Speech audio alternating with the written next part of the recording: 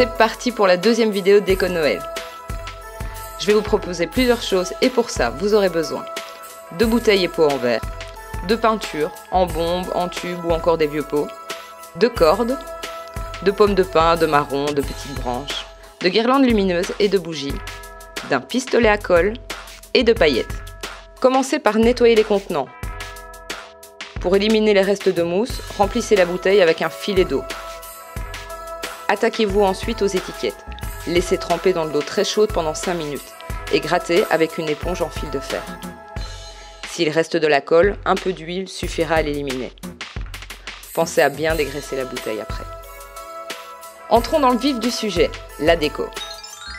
D'abord une astuce toute simple, glissez une guirlande lumineuse dans une bouteille transparente.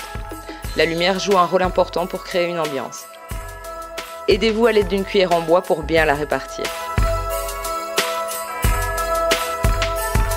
Les goulots de bouteille ne sont pas très esthétiques, on va les faire disparaître à l'aide de cordes et d'un pistolet à colle.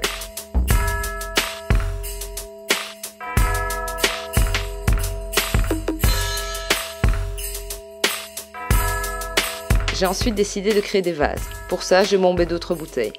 Je rappelle qu'il faut bomber par fines couches. Pour créer des pots avec plusieurs couleurs, il suffit de masquer une partie du contenant, ici avec de l'aluminium, je trouve ça pratique, et d'ajouter par-dessus du ruban de masquage ou du scotch ou de la ficelle. Bomber ensuite avec une seconde couleur.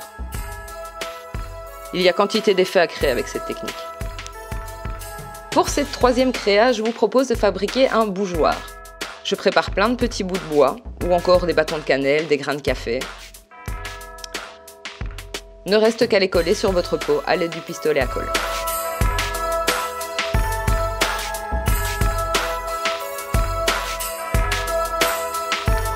On pourrait s'arrêter là, mais j'ai préféré bomber le fond de mon pot. Ne reste qu'à ajouter une bougie. Hors peinture en bombe, nous avons tous chez nous de vieux pots de peinture qui stagnent. Même si leur aspect peut faire peur, il est fort possible qu'ils soient encore utilisables avec un bon mélange. Transvasez votre peinture dans un pot. D'abord, ça évitera d'encrasser toute la peinture. Ensuite, nous pourrons réutiliser le pot en déco. Je suspends l'élément à peindre à un fil. Il suffit alors de le plonger dans le pot. Attention au débordement. Pour le faire sécher, je le suspends à une petite planche placée entre deux chaises et j'ai mis un bac en plastique au-dessous.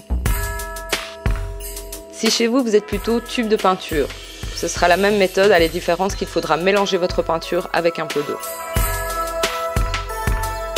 Quand tout ceci est sec, vous pouvez customiser avec des paillettes.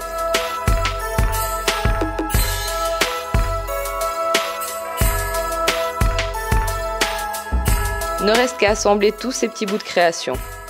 Enroulez une guirlande lumineuse sur la plus grande des branches et placez-la dans une bouteille.